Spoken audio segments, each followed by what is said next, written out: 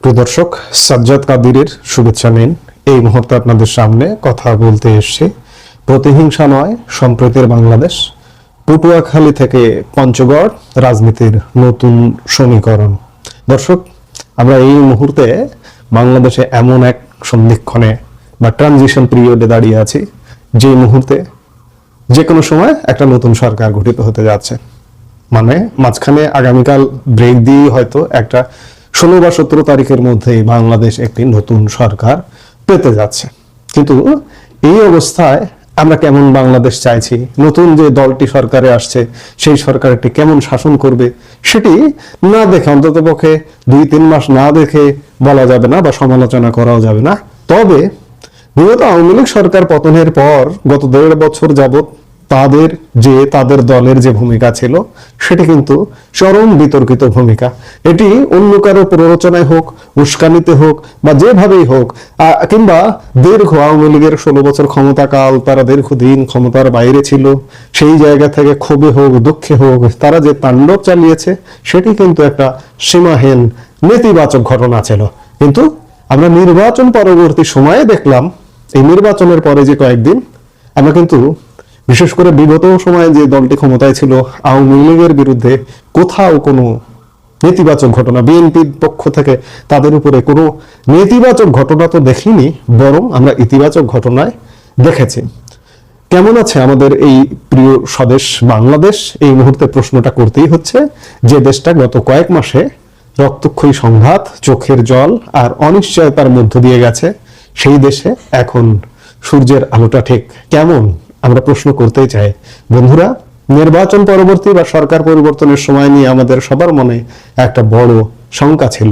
আমরা ভয় পাচ্ছিলাম আবার কি সেই পুরনো প্রতিহিংসার রাজনীতি ফিরে আসবে, অর্থাৎ আজ থেকে 1.5 বছর আগে আওয়ামী লীগ পতনের সাথে সাথে যে বিস্ফোরণ ঘটেছিল সারা বাংলাদেশে, বিশেষ করে আওয়ামী লীগারদের ঘর বাড়ি যেভাবে ভাঙচুর, আগুন দেওয়া, যেভাবে মানুষ খুন করা হয়েছিল, তেমন কিন্তু একটা শঙ্কা ছিল আমাদের মনে।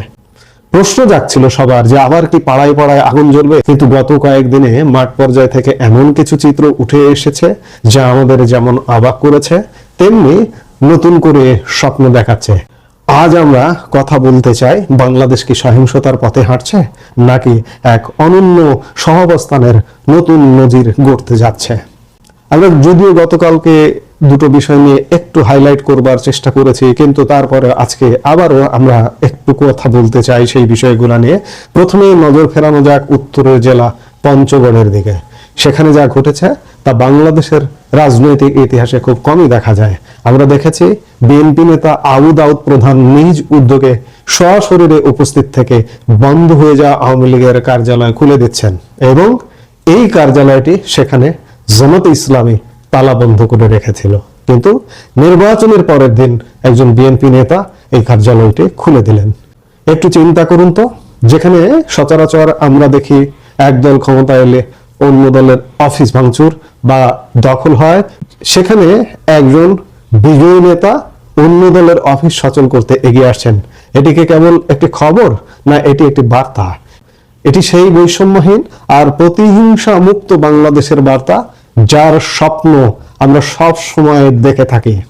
অনুরূপ দৃশ্য দেখা গেছে পটুয়াখালীর গলাচিপাতেও। সেখানেও আওয়ামী লীগ অফিস উদ্ধারের খবর পাওয়া গেছে। এই যে অফিস দখল সংস্কৃতির বিপরীতে অফিস রক্ষা বা অফিস খুলে দেওয়ার সংস্কৃতি, একে কি আমরা রাজনীতির নতুন সূর্যোদয় বলতে পারি না? তবে মুদ্রার উল্টাপিঠ আছে। দেশের মানুষ শান্তিকামী, কিন্তু তারা অন্যায় ভুলে যায়নি। মাঠ পর্যায়ের খবর বলছে সাধারণ মানুষের তীব্র ক্ষোভের মুখে পড়েছে দেশবিরোধী কর্মকাণ্ডে লিপ্ত এবং গত 2024 জুলাই মাসের গণ আন্দোলনের নামে নাশকতার সাথে জড়িত কিছু গোষ্ঠী, বিশেষ করে এনসিপি এবং জামাত শিবিরের নির্দিষ্ট কিছু অংশের বিরুদ্ধে জনগণের প্রতিরোধের খবর পাওয়া যাচ্ছে। এখানে একটি বিষয় খুব পরিষ্কার করা দরকার, মানুষ এখন অনেক বেশি সচেতন। তারা চায় বিচার, কিন্তু তারা চায় না আইন নিজের হাতে তুলে নিতে। যারা 24 জুলাই মাসে সাধারণ শিক্ষার্থীদের ওপর হামলা করেছে, নিজেরা হামলা করে হত্যা করেছে এবং সেই সরকারের ওপর দায় চাপিয়ে দিয়েছে বা দেশের সম্পদ নষ্ট করেছে, আপনাদের মনে আছে বিটিভি ভবন, সড়ক ভবন এবং বিভিন্ন ভবন পুড়িয়ে দেওয়ার কথা নিশ্চয়ই মনে আসছে। তাদের বিরুদ্ধে আইনি ব্যবস্থা নেওয়ার দাবি এখন গণদাবিতে পরিণত হবে বা হতে যাচ্ছে। সাধারণ মানুষের এই ক্ষোভ কোনো দলীয় এজেন্ডা নয়, বরং এটি ন্যায়ের পক্ষে এক স্বতঃস্ফূর্ত অবস্থান। বন্ধুরা, আমরা এমন এক বাংলাদেশ চাই যেখানে রাজনৈতিক মতপার্থক্য থাকবে।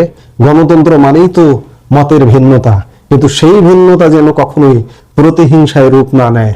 আমরা দেখেছি গত 15-16 বছর বা তার আগে 2001 থেকে 6 আমলে বিএনপি জামাত জোট সরকার যখন ক্ষমতায় ছিল, তখনও কিভাবে এক দল অন্য দলকে নিশ্চিহ্ন করার রাজনীতি করেছে। বিশেষ করে 2001-6 আমলে বিএনপি জামাত আওয়ামী লীগের উপর দমন পীড়ন চালিয়েছে। আপনাদের 21শে আগস্টের গ্রেনেড হামলার কথা ভুলে গেলে চলবে না, এবং এরকম নানা রকম ঘটনার কথা ভুলে গেলে চলবে না। তারই প্রতিশোধ বলুন আর প্রতিহিংসা বলুন, আওয়ামী লীগ ক্ষমতায় এসে 16 বছর বিএনপির উপরেও দমন পীড়ন চালিয়েছে। এগুলো অস্বীকার করবার কোনো উপায় নেই। ফলাফল কি হয়েছে? সাধারণ মানুষের জানমালের ক্ষতি, উন্নয়ন বাধাগ্রস্ত হওয়া এবং আন্তর্জাতিক মহলে দেশের ভাবমূর্তি ক্ষুণ্ণ হওয়া। পঞ্চগড়ের সেই বিএনপি নেতার কাছ থেকে আমাদের শিক্ষা নিতে হবে। রাজনৈতিক অফিস একটা কাঠামো মাত্র, কিন্তু মানুষের মন জয় করাটাই আসল রাজনীতি। আপনি যদি প্রতিপক্ষের অফিস খুলে দিয়ে তাদের নিরাপত্তা নিশ্চিত করতে পারেন, তবেই আপনি প্রকৃত নেতা। বর্তমান সময়ের তরুণ প্রজন্ম এই পজিটিভ পলিটিক্স বা ইতিবাচক রাজনীতি দেখতে চায়। এর সাথে একটু বলে নেওয়া ভালো যে বিগত 1.5 বছরে বাংলাদেশে যা কিছু ঘটেছে, এর পেছনে উগ্র সাম্প্রদায়িক গোষ্ঠীর একটি ইন্ধন বা মদদ আছে। এই যে জেলে বন্দী দাগী অপরাধীদের, জঙ্গিদের ইউনূস সরকার ক্ষমতায় এসে কিন্তু জেল থেকে মুক্ত করে দিয়েছে। আরেকদিকে জামাতের মতো সাম্প্রদায়িক শক্তির উত্থান এবং জামাতের উস্কানিতে বিএনপি কিন্তু অনেকটা ভুলের ফাঁদে পা দিয়েছে। আমি উদাহরণ দিয়েই বলি যে এই যে ধানমন্ডি 32 নম্বর, বিএনপি তো মুক্তিযোদ্ধার দল। বিএনপি তো প্রতিষ্ঠা করেছে একজন বীর মুক্তিযোদ্ধা, একজন মুক্তিযুদ্ধের মহান সেনানী, একজন সেক্টর কমান্ডার জিয়াউর রহমান। সেই জিয়াউর রহমানও তো 32 নম্বরকে শ্রদ্ধা করতেন। 32 নম্বর ভাঙ্গার মূল হোতাকে, উস্কানিদাতাকে নিশ্চয়ই জামাতের অনলাইন আমির পিনাকি ভট্টাচার্য কিংবা ইলিয়াস হোসেন, তারা উস্কানি দিয়ে 32 ভাঙ্গার প্রেক্ষাপট তৈরি করেছে। সেখানে সেই ভুলে বিএনপির লোকজন গিয়ে পা দিয়েছে।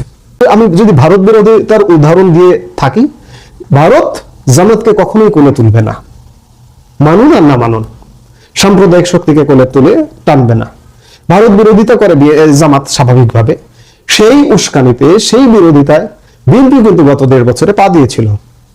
আপনাদের জামাতের কথা মনে আছে, তার স্ত্রীর শাড়ি পুড়িয়ে দেওয়ার কথা মনে আছে। কিন্তু 2025-এর জুনের পর থেকে বিএনপি কিন্তু হঠাৎ করে ইউটার্ন, ভারত বিরোধী কোনো কথাবার্তা, কোনো আচরণ আর দেখা যায় না।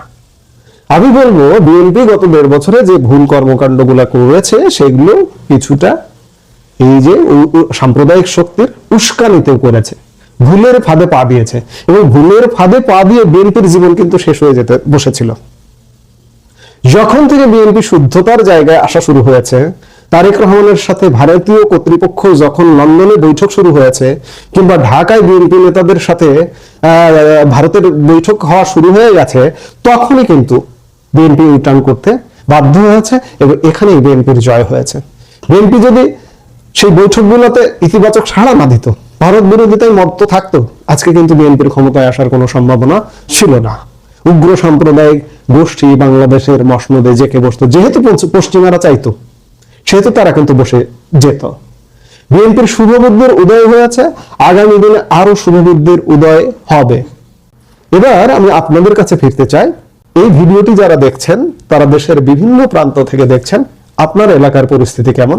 সেখানে কি রাজনৈতিক সহাবস্থান বজায় আছে, নাকি এখনো অস্থিরতা বা ভয়ের পরিবেশ বিরাজ করছে? আপনার আশপাশে যদি এমন কোনো সম্প্রীতির উদাহরণ থাকে, যেমনটা আমরা পঞ্চগড়ে দেখলাম, তবে আমাদের কমেন্ট করে জানান। আবার যদি কোথাও অবিচার বা দখলদারিত্ব দেখেন, সেটিও গঠনমূলকভাবে তুলে ধরুন। আপনার দেওয়া তথ্য অন্যদেরও সচেতন করতে এবং প্রশাসনকে সঠিক পদক্ষেপ নিতে সাহায্য করবে। মনে রাখবেন, আমরা কোনো দলের পক্ষ হয়ে কথা বলছি না, আমরা কথা বলছি বাংলাদেশের পক্ষে, একটি নিরাপদ, শান্ত ও বৈষম্যহীন বাংলাদেশের পক্ষে। পরিশেষে বলতে চাই, বাংলাদেশ এখন এক সন্ধিক্ষণে দাঁড়িয়ে, একদিকে প্রতিহিংসার পৌরনুভূত, অন্যদিকে সম্প্রীতির নতুন ভবিষ্যৎ। আমরা কোন পথ বেছে নেব তা নির্ভর করছে আমাদের ওপর। আবু দাউদ প্রধানদের মতো মানুষরা যখন এগিয়ে আসেন তখন আশা জাগে, যখন সাধারণ মানুষ অন্যায়ের প্রতিবাদ করে তখন সাহস জাগে। আসুন আমরা সবাই মিলে এমন এক পরিবেশ তৈরি করি যেখানে কোনো মাকে তার সন্তানের জন্য কাঁদতে হবে না, কোনো রাজনৈতিক কর্মীকে ঘর বাড়ি ছেড়ে পালিয়ে বেড়াতে হবে না। রাজনৈতিক মতাদর্শ আলাদা হোক, কিন্তু আমাদের দেশটা তো একটাই। ভিডিওটি ভালো লাগলে শেয়ার করুন যাতে এই সম্প্রীতির বার্তা সবার কাছে পৌঁছে যায়। আজ এই পর্যন্ত, দেখা হবে পরবর্তী ভিডিওতে। ততক্ষণ ভালো থাকুন, সুস্থ থাকুন আর ভালোবাসুন আমাদের এই প্রিয় লাল সবুজের পতাকাকে। আকাশের মতো বাধাহীন মোরা মন সঞ্চার বেদুহীন, বন্ধনহীন জন্ম স্বাধীন চিত্রমুক্ত শতদল, মোরা বন্ধনহীন জন্ম স্বাধীন চিত্রমুক্ত শতদল, মোরা ঝঞ্ঝায়। আমাদের ভিডিওগুলো নিয়মিত পেতে সাবস্ক্রাইব করুন Sajjad Kadir and the legends YouTube channel এবং লাইক, কমেন্ট, শেয়ার করে সাথে থাকুন।